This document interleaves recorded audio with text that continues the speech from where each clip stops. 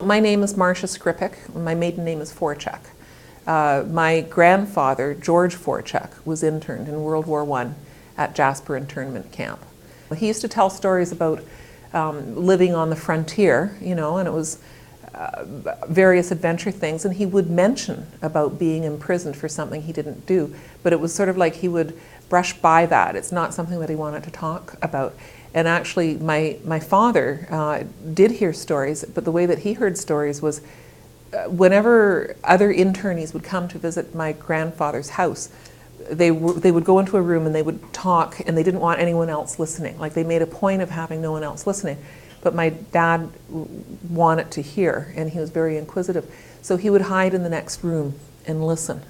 So he heard about what was going on, but he couldn't really put it into context either. My father had 2 brothers and 2 sisters, and one of his siblings refused to believe that her father was interned, even once she was told, no, that couldn't have happened. My grandfather didn't tell me anything about what happened.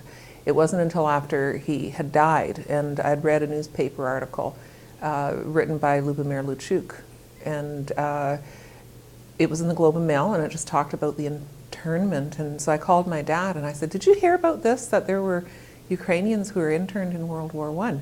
And he said, "Well, that's what we were talking about when we were talking about Guido being put into prison for something he didn't do."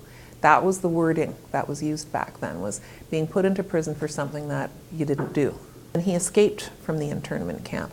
And as he was trying to escape, there were like bullets whizzing past his ears. That's the way that my father described how he described it. But he did escape, and he made his way all the way up to the Lethbridge area, changed his name, and was working in coal mines there. When they came out of the internment camps, the Ukrainian community turned their backs on these people. They were considered convicts. The Canadian public turned their backs on these people. That's how they saw them too. My grandfather, he never ran for public office or anything like that. He was a very intelligent man. He was asked to do a number of things like that, but he didn't want to, because he didn't want to be seen in the public, because he was afraid he could be arrested and interned again, especially because he had escaped. So he had this big thing hanging over his head. Basically what happened in the internment operations was that a group of people were taken away because of their race, because of where they were born, not because they'd done anything wrong, but because people identified them as foreigners. I even went to Jasper internment camp where he was imprisoned, and I walked through the remains, because you can still see where the buildings were and everything. There's still bits of barbed wire and everything.